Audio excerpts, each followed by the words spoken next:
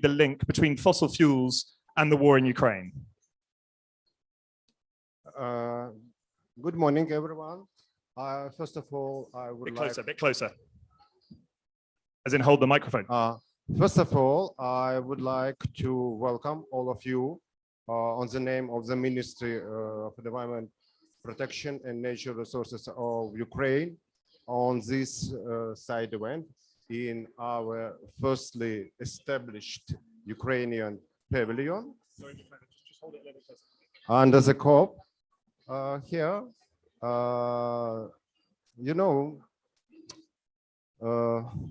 today we will have another side event which will be devoted by the issue of influence military activity of this war on greenhouse gas emissions. Sorry, Mikhailo, people really want to hear what you have to say, but you just have to hold it quite close. I think the microphone doesn't pick it up very well. Just hold it closer. Sorry, the only I would like to say, the influence of fossil fuel, the fossil fuel is the source of the war, as for me, as for us.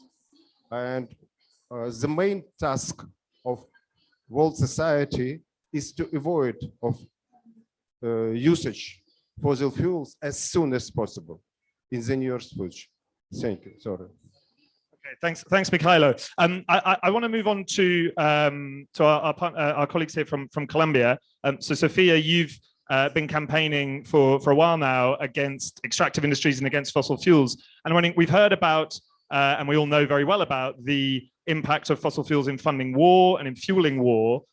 But from your personal experience, I'm wondering if you could talk us through how you've seen fossil fuel power manifest in Colombia. So we have two sides of the in fossil fuels in Colombia. So the first one, mostly the one encapsulated into the where the resistance is not that directly on the front lines. So our resistance, youth movements, the youth across the country, but still have the privilege to come to their places, strikes ends, when the campaigns are not like directly against the mineries, the fossil fuel industries in the territory. The second experience is directly in the territories where Jenilyn, she's indigenous women from Colombia. Her community is directly near to the one of the biggest open pit mining in Colombia. So I'll pass the mic to her so she can experience of resistance on the front lines against the fossil fuel industry. And you're going to interpret that for us, yes. Correct? Okay, great. Muy buenos días para todos. Mi nombre es Jenilyn Lugo Bonivento. Soy Guayú del clan Ipuana de Colombia, el departamento de La Guajira. Bueno, inicialmente los impactos que he tenido a partir de los combustibles fósiles en mi comunidad. Tenemos el especial ejemplo de la minería a cielo abierto, que es Cerrejón, que tenemos allá en mi comunidad. Nos afecta de manera directa.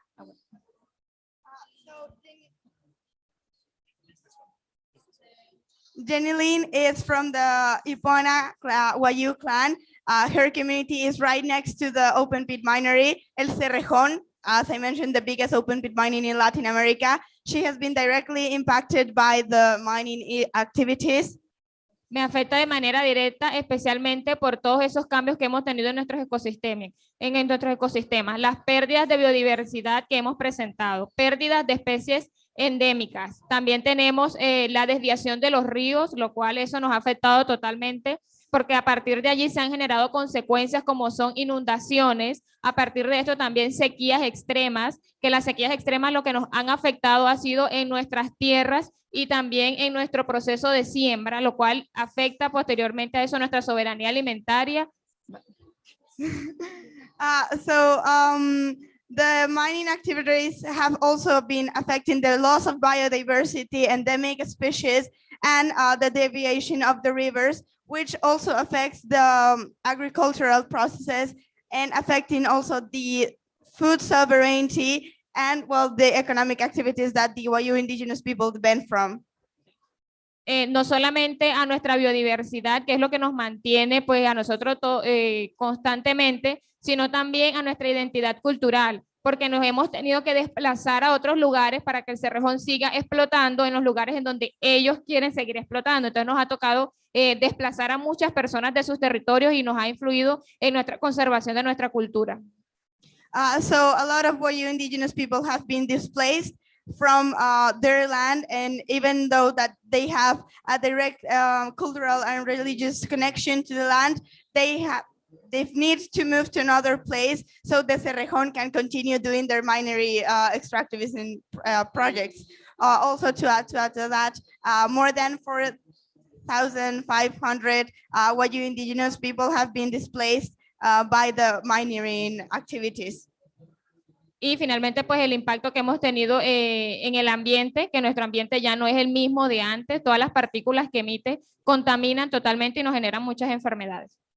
And also the people that live near to the minery have been really affected, especially to their health due to the particulates that comes out of El Cerrejón, and they're not living in a dignity or quality life. Thank you so much for that. And I think it makes an important point about the environmental impacts on communities, but also the human rights impacts and the repressive systems that fossil fuels have sort of fueled, as it were. And on that point, I'd like to come over to Nina, because Nina, you've spent a lot of time reporting from the US on climate justice. And I think a lot of people in the US like to think about America as a place that is, in some sense, beyond some of the repressive policies that we've just heard described. But your reporting suggests that's not the case, doesn't it? Yeah, can you hear me? Okay. No, that's absolutely right. I mean, I think when we talk about when we talk about people who are on the front line of the climate crisis, we're talking about countries and regions, but also communities within countries. In the US, it is absolutely clear that the policy has been for decades, if not longer, that polluting fossil fuel projects and other polluting industries like petrochemical plants and many others are purposefully located in communities, in African-American communities, in indigenous communities and Latin communities.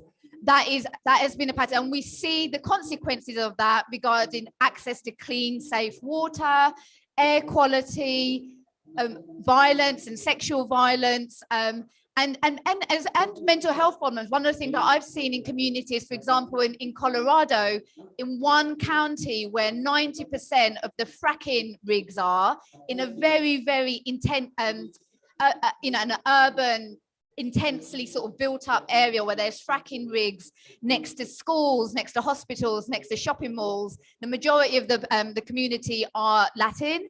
That you really see mental health and other, like, you know, a range of sort of anxiety and depressive disorders because of that constant fear that something can go wrong, and the feeling of impotence, that they really have very little power to change things because decisions are being made by local, regional, state, national politicians who are doing deals with these fossil fuel companies without any proper consultation. They have very little say in it. So yeah, I mean, absolutely, you know, the US is the prime polluter for sure. It has responsibility. It should be held liable and accountable for its crimes across the world, but also within its borders. Ruth here from Santiago, from Puerto Rico. Hopefully we'll, when we do the next round, I'm going to talk a little bit about fossil fuels and the impact that's had on the island of Puerto Rico. Thanks so much. And just whilst we're on this topic of the US, could you just give me a hot take on what the midterm results seem to be portending for that situation you've described? The news so far is that the Republicans are not going to win as big as the polls were predicting and they were predicting. It's neck and neck in the Senate and pretty much neck and neck in the Congress. So yeah, I still think Congress will go to the Republicans, which is bad news for the climate. But I would just say on that point, yesterday I was talking to people about a whole bunch of experts who've been following these climate talks since the beginning, laid out clearly the US's role in delay, what they've labeled as denial, delay, and deception when it comes to loss and damage. And that has happened whether there's been a Democrat in the White House, whether the Democrats have had control of the Senate and Congress or not, right? And so it'll be very,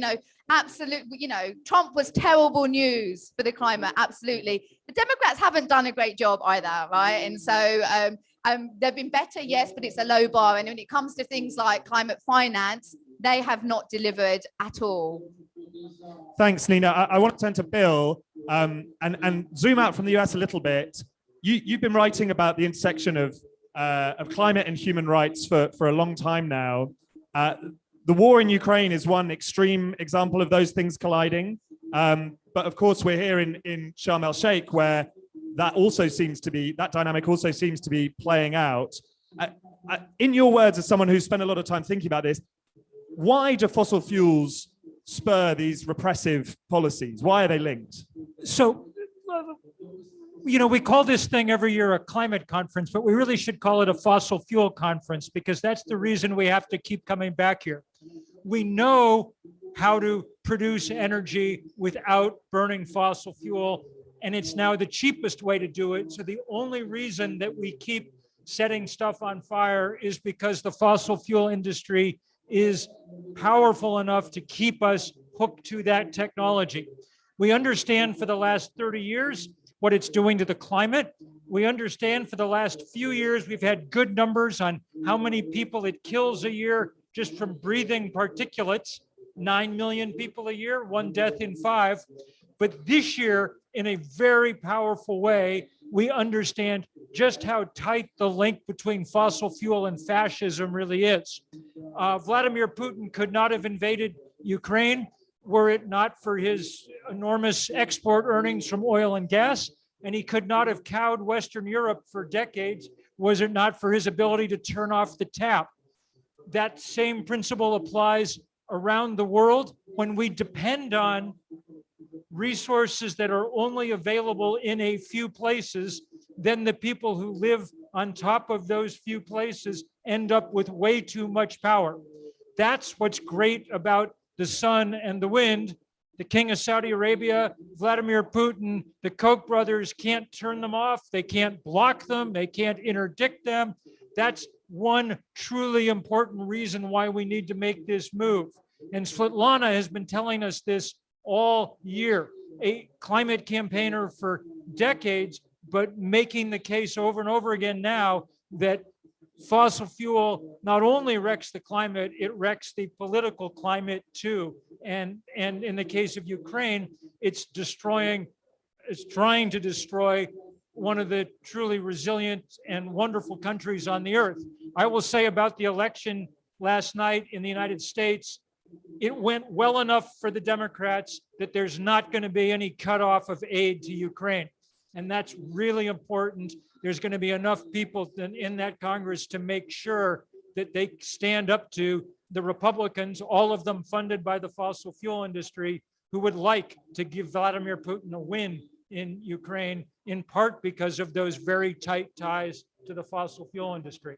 So Ukraine is bearing for all of us around the world this year the burden of making this case once and for all that we have to get off fossil fuel. The EU seems to have begun to learn that lesson and begun to move more aggressively. We need the whole world adding this to the list of reasons why we have to stop burning stuff now.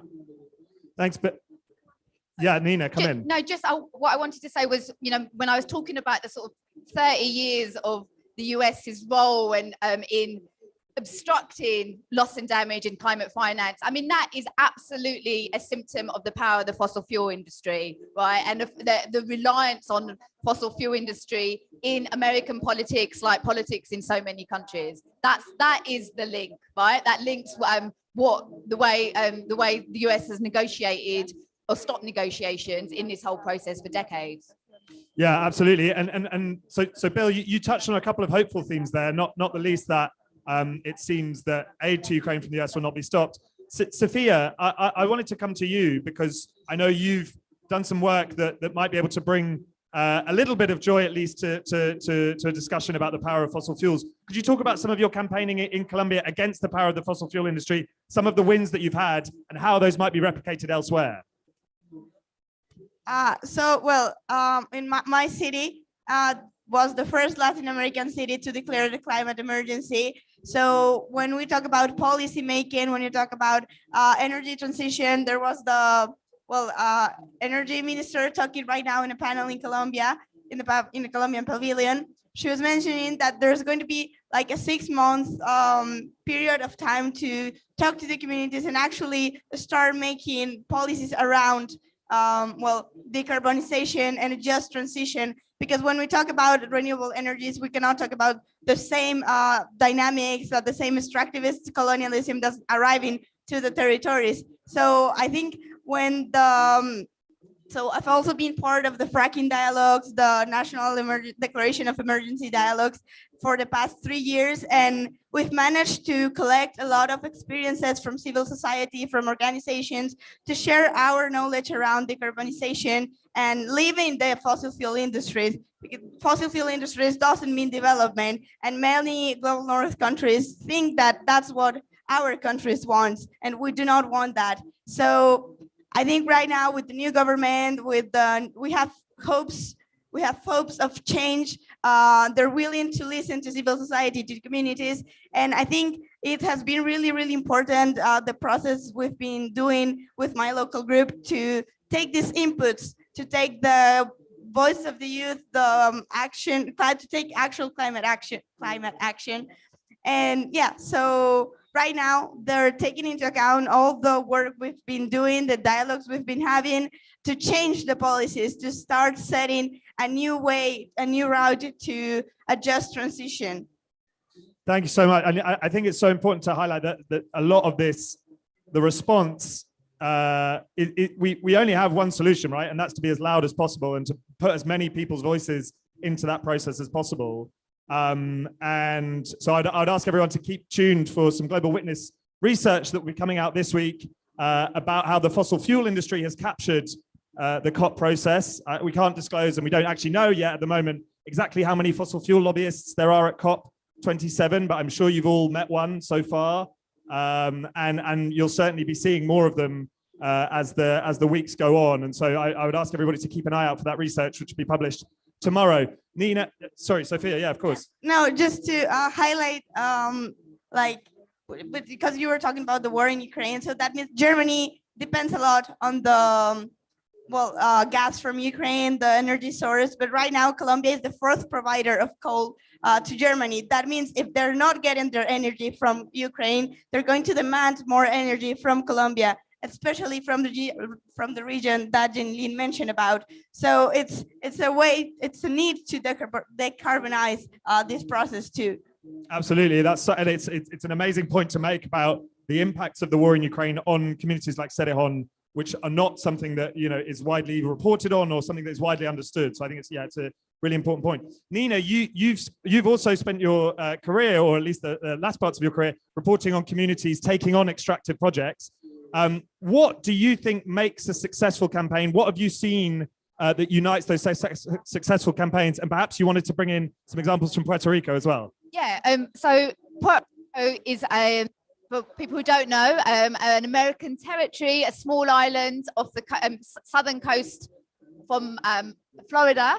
And it is, I'd say a really perfect example of many things, right? It demonstrates to us the link between colonialism and fossil fuels and corruption, fossil fuels and the climate breakdown, right? All of those things. And it also demonstrates to us what, the emergency, the situation is so urgent, and that people know what the solution is. And when they organize, like they have in Puerto Rico, so after Hurricane Maria in 2017, which led to the longest blackout in US history, it led to thousands of people dying. It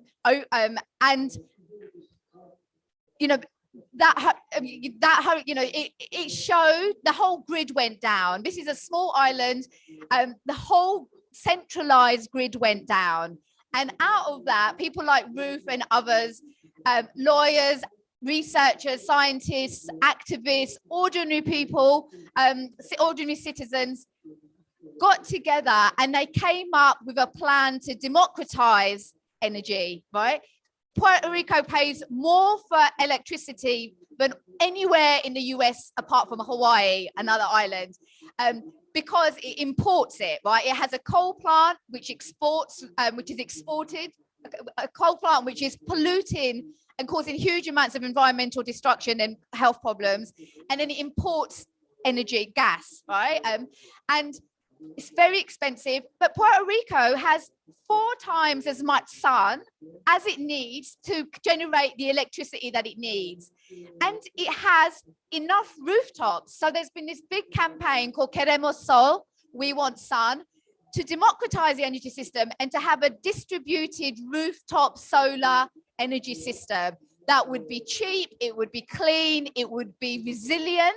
And there has been a huge amount of lobbying that has gone in from the gas industry to stop that happening, right? The US government, the US, us taxpayers in the US have come up with $10 billion, the biggest ever investment in such a thing through FEMA, our emergency entity, to reconstruct the energy system.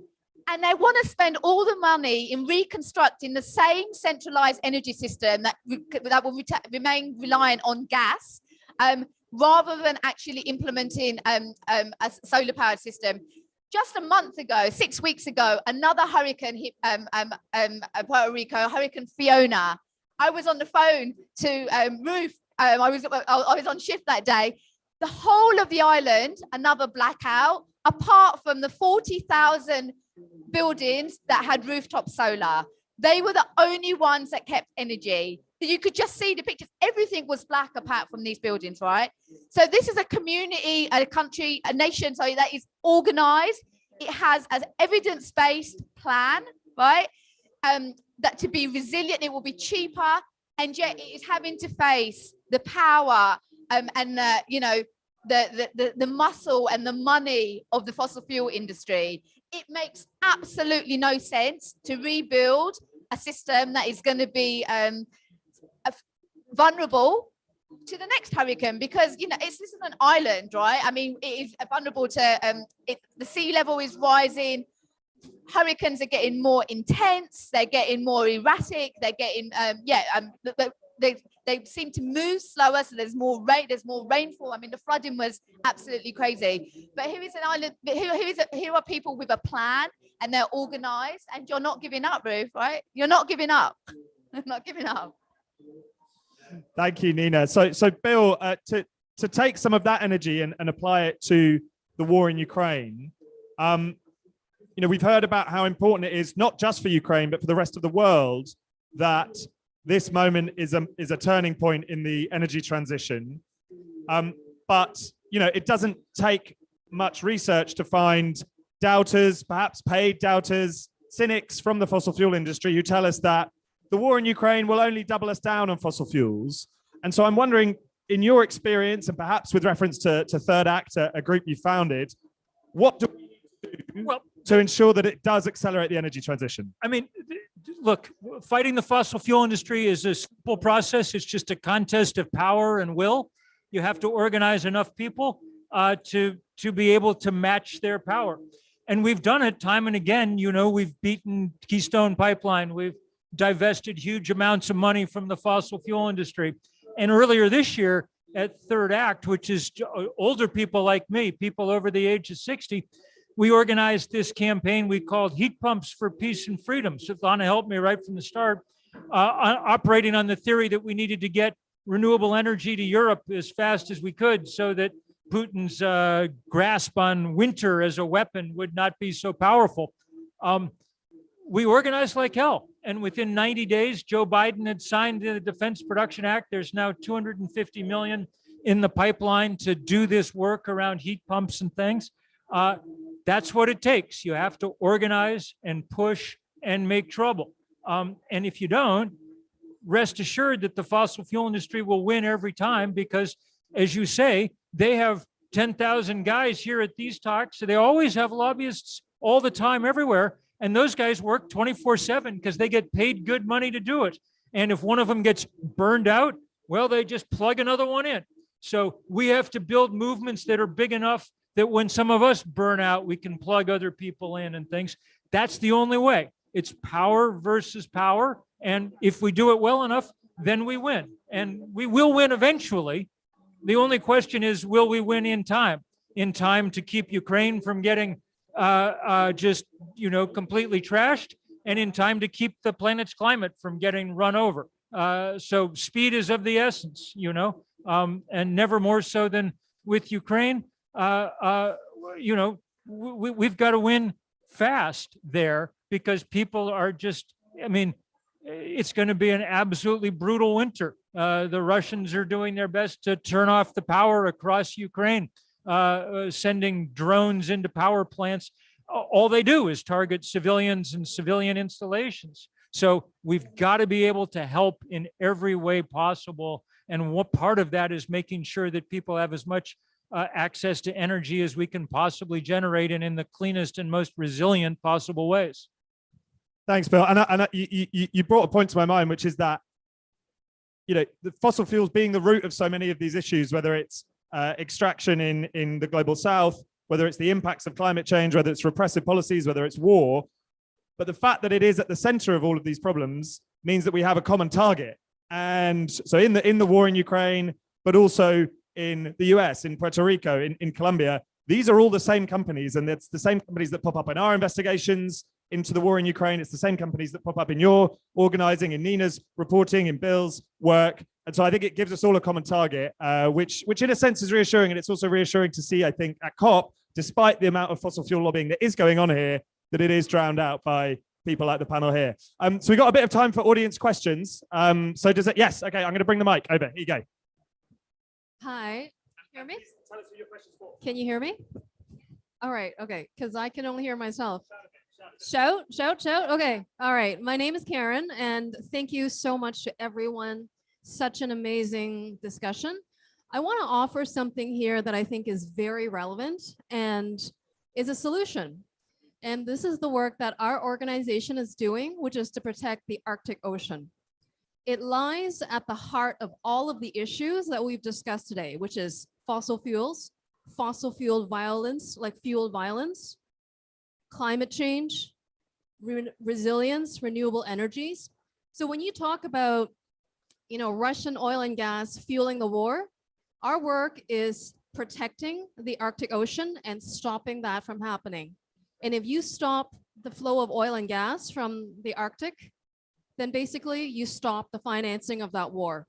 Number one. Number two, basically you're accelerating the transition to renewable energies, because as you were saying, Sophia, if you take away one source of energy, there's going to be more demand on other sources of energy. But we really want the concurrent push towards renewables to happen. So this is another catalyst for that, right? And when you talk about social justice, climate impact, all of that is at the heart of this, because why should the Arctic or the Arctic Ocean be paying the price for what, for the rest of the world's greed?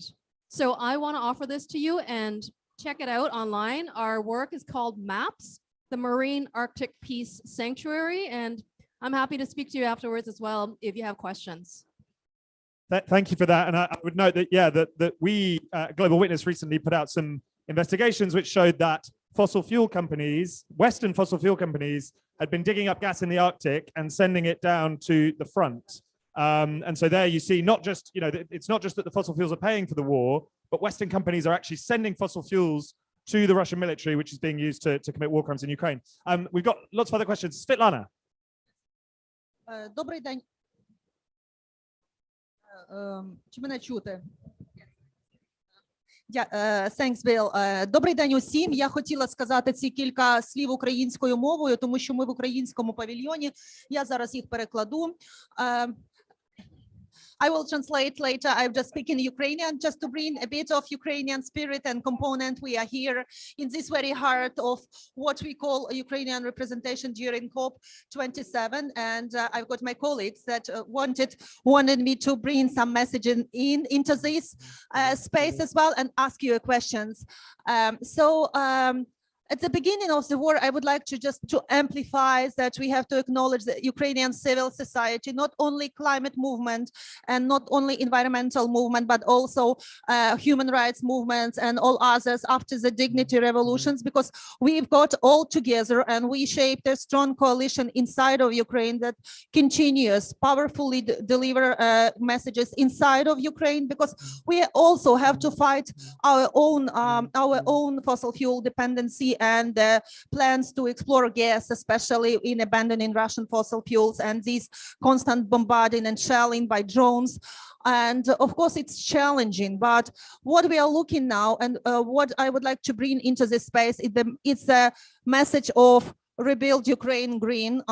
It's a united position of civil society. They even developed the principles for that no dirty fossil fuel money should be used to rebuild Ukraine, and don't make us another Europe under the Second World War when they put the union into the strong dependency from Russian gas, and that's how they build the economy. We don't want to repeat these mistakes. And I do have a question to all panelists about international solidarity, because you all have been really powerful in helping us and sending us messages and concrete specific work on solidarity. How do you think we can at the end fight this fossil fuel finance monster that still holds their money in big asset holders, Wall Street, in big banks, in industries that you mentioned? What have we do next, and what will we do in Ukraine that will help us to fight this monster inside of Ukraine and globally? Svetlana, that's a really important question. We talk about the fossil fuel companies and they are the enemy, but they're only able to keep doing what they're doing because they continue to have a financial lifeline from very few big banks around the world. The four big American banks, Chase, Citi, Wells Fargo, Bank of America, are also the four biggest lenders to the fossil fuel industry. I have no doubt that they've been lending to precisely the projects that you guys are working on. Yeah, Bank of America is an official sponsor of this shindig. And it's, so we're doing our best to take them on. In early March, or in mid-March, there's going to be a huge day of action across the US, civil society across the US, with people cutting up their credit cards from those banks, people getting arrested in the lobbies of them, people trying to shut them down for the day. We need to keep drawing this line. The amount of money in these banks produces more carbon than anything else. If you have $125,000 in the bank, it produces more carbon than all the actions of an average American's life in the course of a year, just because it gets lent out to do this kind of destruction. So the message from the Ukraine, from our friends in Ukraine, has got to be these banks, which have been bankrolling and continue to bankroll Gazprom and the other Russian oil companies, these guys are killing people in every way, and it's time for them to stop. And that's, if we could do that, if we could turn off that money supply, we could shut down this industry rather rapidly. That's the key. We've gotten as much action, I think, as we're going to get out of the UN and probably out of the US Congress in terms of what the politicians are capable of doing, at least in the short run. But we haven't yet really pushed hard on the financial system. And if we do, then we have a chance of really shutting things down. So, Svetlana, perfect question. Absolutely. And just to follow that up, is that you mentioned those banks, those are the same banks that fund companies that continue to trade Russian fossil fuels. And in fact, the commodity traders that ship most of Russia's oil out to markets. Russia can only ship the oil out because they're getting financing to do it, because they've got insurance on these ships Exactly. on and on and on. And I mean, this is the simplest part of all this to shut down. Yeah. You Yeah, know, exactly. Exactly. you just you hit a few strokes on the computer, and that's that. You know, that you put Russia out of business, out of the oil business. But those ties run deep and long. You know, these guys have been financing Gazprom for decades, so they don't want to do that. We've got to tell them that they're, as usual, on the wrong side of history. Hi, Svetlana. As a journalist, I guess I see my role as two things: follow the money, so transparency, and connect the dots, right? And I think those are the two big, and they're incredibly hard to do because the global financial system is set up to be opaque for a reason, right? I'll give you one example.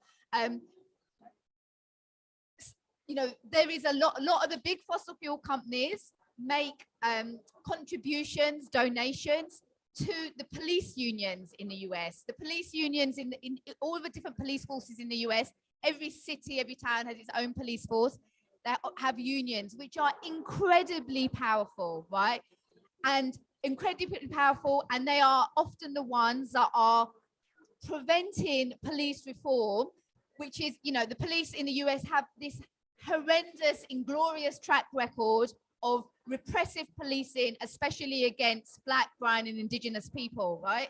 And so when there is a protest against a pipeline, for example, it's these same police who are then called to police the protesters, right? To make the pipeline open. So part of it is connecting those dots, right? So if a police force in a particular place, who's their money coming from to try and do that? But also the oil companies are also big funders and sponsors for all of our arts and cultural institutions, universities, health clinic, you know, big famous hospitals, art museums, galleries, right? You know, they have their dirty fingers in every single part of our lives, you know. And I think as a journalist, that's what we can do. We can, you know, help to track the money, force them to be transparent, and then connect those dots. So at least people can see, right, that, you know, where that money is going, and then, you know,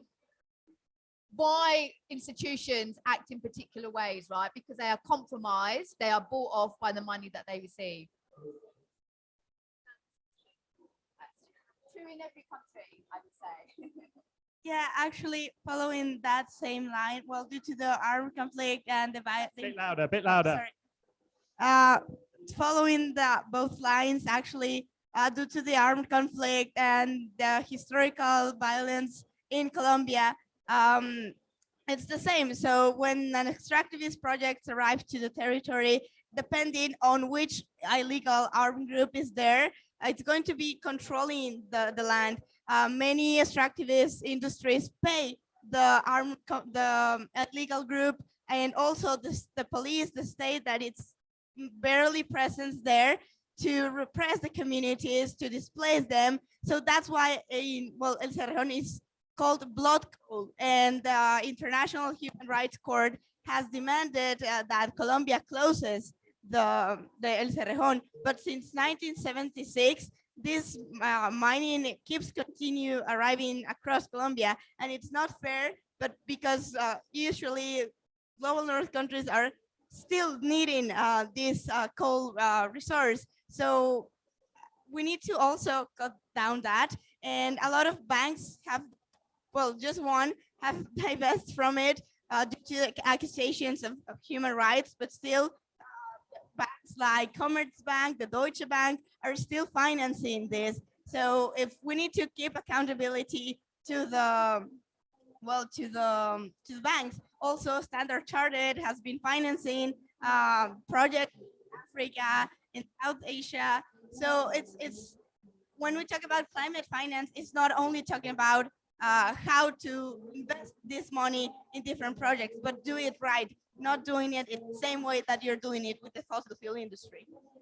Absolutely, and it's interesting, isn't it, that these institutions are still seen as semi-acceptable, that it's not as scandalous when they turn up at COP27. So I'd encourage everybody here to pick an event where one of these banks is represented, because there are many of them, and to put difficult questions to them because they don't deserve a free pass. We Global Witness will certainly be doing it. We'll be doing it on deforestation as well as fossil fuels. Certainly these guys will be doing it. We've got time for maybe one or two more questions. Thank you. Can you hear me? Okay. All right.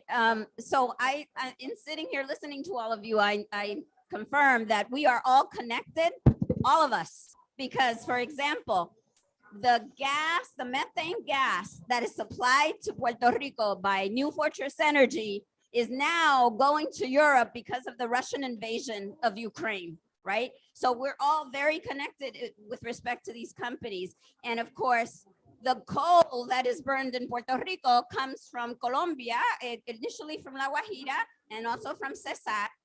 And we actually call it the coal death route because it's that a terribly extractive process of the coal is burned in Puerto Rico, and the coal ash waste has been deposited in Dominican Republic, and it's just all over, right? We're all connected. And what I want to ask is, I'm really intrigued by the process that Sophia mentioned about the new government listening, doing this consultation process. What do you think will come out of that? In Cerrejón, I saw lots of people working at that the open pit mines, many people so what does that transition look like? What are the alternatives? What are the solutions that civil society is going to produce out of that consultation? Bueno, yo pensaría que para que dejen de financiar ese tipo de proyectos y ese tipo de explotación de combustibles fósiles, principalmente en nuestros territorios, pensaría que deberíamos nosotros unirnos inicialmente, nosotros como indígenas guayú, que somos los que estamos pues en la zona aledaña, unirnos como tal y no permitir que esto se sigan realizando estas actividades, porque inicialmente nos están explotando nuestras tierras, que es lo más importante que tenemos nosotros, que es nuestro territorio. Segundo, violando nuestros derechos. So first, the Wayuu indigenous communities needs to get closer, and the Wayuu indigenous communities needs to start acting and be protected when they act, so they can resist in not putting their lives at risk, because they're the ones that are being displaced and directly affected by the impacts of El Cerrejón first.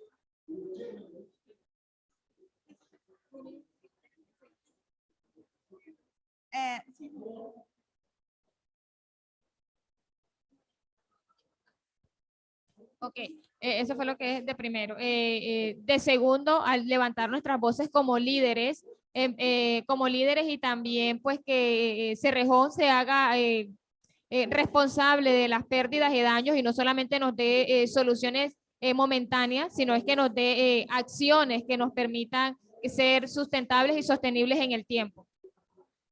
So El Cerrejón needs to take accountability for the losses and damages of the territory, and also the Wayuu indigenous people need to be able to raise their voice and protect the territory without being, threatened. Okay, no necesitamos tampoco de que entendemos de que obviamente el Cerrejón no se va a cerrar de inmediato, pero que de una manera, de una transición justa que se vaya realizando, pero por lo menos que ya dejen de explotar nuestras tierras y con lo que vayan pues con la pérdida que se está realizando, la regeneración de estas, la restauración, pero tampoco necesitamos restauración con cualquier tipo de plantas o una restauración para salir del paso. Necesitamos una restauración que sea de verdad amigable con nuestro ecosistema y que de verdad recuperen todas esas plantas endémicas de nuestro territorio. So we understand that El Cerrejón is not going to close right now, its activities, but when they are doing the restoration projects to somehow recover the biodiversity, they're planting losing the biodiversity and bringing new species that could threaten the endemic biodiversity and nature. So they need to actually present a reasonable solution to this loss, to this damage that they've done. Quiero resaltar también que ahora mismo el departamento de La Guajira está siendo uno de los departamentos también donde se están realizando y donde ya han licitado muchos proyectos de energía eólica, es donde más se están realizando y es uno de los departamentos pues que prácticamente está en lo de la transición justa y es quien va a transmitir todo ese poco, toda esa cantidad de energía desde nuestros territorios. Entonces, volvemos otra vez a ser explotados las diferentes energías, independientemente pues que sean energías renovables, pero volvemos una vez más a que nuestro territorio sea pues objeto de explotación y pues beneficio para los demás países. Also, when talking about renewable energies, right now, La Guajira is one of the biggest, it has a lot of potential of eolic and sunlight energy. So right now they're bringing this wind farms and solar farms, but still they're displacing communities, and the communities have to resist in both ways. So against fossil fuels, but against renewable energies, because they're bringing the same dynamics, the same model. So right now there are a lot of new projects on La Guajira, but the government following with the new route that the ministry is implementing right now. The idea is to have a 6-month process with more than 6 workshops and 2 meetings across the most affected regions in energy across Colombia, to start actually working with the communities and try to change the work labor. So right now we have to also think that people also depend on the work. The only work available in the territories usually is mining. So what would they depend from? Where's their economic source income would come from? So the idea is to present a new solution so they can not be like left out of the conversations, but also take part in active solutions for economic development, not just for them, but actually to the department. So I think we got one more question. Hello. My name is Derek. I come from the Philippines. And you mentioned about the war impacts on, and you've been talking about the war impacts on the backsliding of corporations because of the war. They have commitments in taking down fossil fuel-based energies, but since the war has came up, they are backsliding from their commitments. And what I want to know from your perspective is that how do you organize people, which is, you know, at some point people are divided because they want energy, they want sufficient energy, they want security on energy. And these things have been used by corporations and fossil fuel corporations and governments to, you know, to backslide, justification. And as an organizer, I'm interested in how do you organize your communities, because sometimes it is the communities that is being used by corporations as justifications. And there are influence from the government, but there are also communities that is being divided, and it causes division in the community. And I'd like to know how do you go in organizing these communities? Thank you. I'm just going to say one thing, just from, I'm not an organizer, just by having worked with lots of communities, that divide and conquer comes from the colonial handbook and is used by not just fossil fuel companies, but many other types of industries. We also see it being used by companies who have wind farms, for example, right? It's something that is a playbook when money is involved. It's about picking out, and it absolutely is a playbook. I've been in offices of energy companies where they are trying to do some sort of project, can be a renewable project or a fossil fuel project, and they have mapped out the community with pictures of individual families and leaders who they want to target with gifts, with small amounts of money, with the promise of jobs. That is absolutely the modus operandi. That doesn't happen sometimes, it happens every single time, right? So being aware of that and talking openly about that. In my experience of working with communities, the jobs that are promised never materialize, certainly not in the long term, and they certainly don't benefit most people.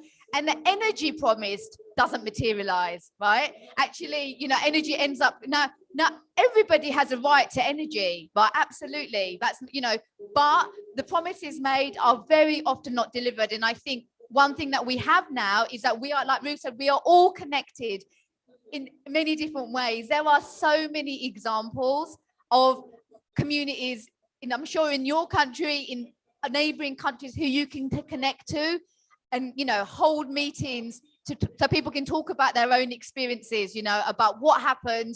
You know, communities that start very united can quickly become very divided, because that is the strategy. You know, that doesn't happen by coincidence.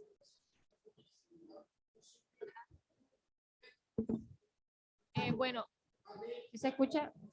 Sí. Bueno, organizar las comunidades, ¿sí? Bueno, organizar las comunidades en general no es tan fácil. De pronto no es fácil decirle a la comunidad, mira, vamos a traer estos parques eólicos aquí a tu comunidad y actúa normal. No, eso es algo totalmente nuevo. Entonces, que todos nos coloquemos de acuerdo es de pronto también difícil. Asimismo, actualmente las comunidades wayúu tienen miedo. Así como ha pasado con lo del Cerrejón, anteriormente nosotros teníamos una economía bastante sostenible y sustentable en el tiempo, solamente con nuestras actividades productivas que tenemos en nuestro territorio, las actividades del campo, pero cuando llegó esta empresa, simplemente se hizo la división de las comunidades con todas las construcciones que realizaron y todo absolutamente en nuestra comunidad cambió. Actualmente... So First, it's really hard to organize with communities, to tell them that there's going to arrive a new project, and people is scared across the impacts, what's going to happen. And right now, well, before the extractivist projects arrived, the Wayuu indigenous people have had a lot of sustainable economic incomes. And right now they've been divided, they've been displaced, and all their structural system and ancestral practices have been broken and barely destroyed just for the mining to keep going. So es importante resaltar que ahora con los proyectos eólicos en la otra zona de La Guajira, porque lo del Cerrejón es relativamente en el sur, ahora en el norte de La Guajira, donde se están realizando todos estos parques eólicos, se están haciendo procesos de consulta previa que no se están llevando a cabo como deben ser. O sea, estos proyectos están llegando a las comunidades y simplemente le ofrecen dinero, compensaciones a las comunidades una única vez, y ya con esto pues tienen el derecho de utilizar el territorio. Yo pensaría de que al llegar a nuestros territorios a realizar este tipo de proyectos, nosotros por estar aportando parte de la materia prima deberíamos ser socios, y además de esto pues muchos de nosotros allá en las comunidades pues no tenemos ese conocimiento de qué es la transición justa. O sea, simplemente vemos los parques eólicos como algo nuevo, algo súper grande y algo que nos cambia el paisaje totalmente de nuestros territorios y que a futuro nos va a afectar, que no es de pronto un proyecto que va a estar 1 año, 2 años, sino son 25 a 30 años, así como lleva pues Cerrejón actualmente.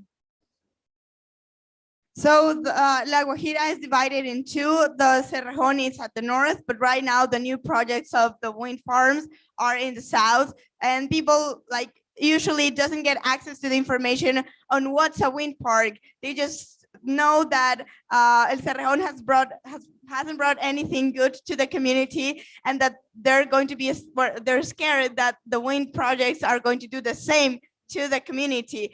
There's a legal mechanism in Colombia that's called previous consult, and try to actually go to the communities, talk, and any project is approved if that isn't done. But the thing is that the enterprises, the big mining projects arrive to the territories, pick up like a few people and call that the legal mechanism, and like pay them like a little money compared to what they're actually going to get out of the project. So it's like violating the mechanism and trying to find a way out of the responsibility that they actually need to take. So even if we go into renewable energies, access to information is really important to the communities so they can actively participate.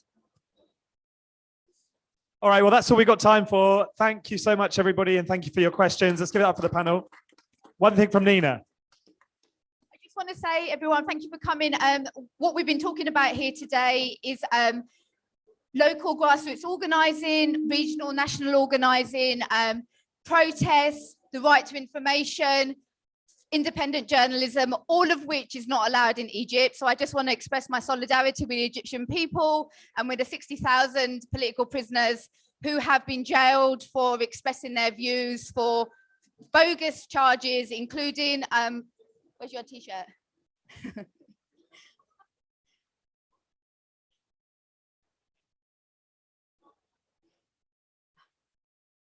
There he is. Including Ale, who has been on hunger strike for more than 200 days, including no water since Saturday, since Sunday. So solidarity with the Egyptians.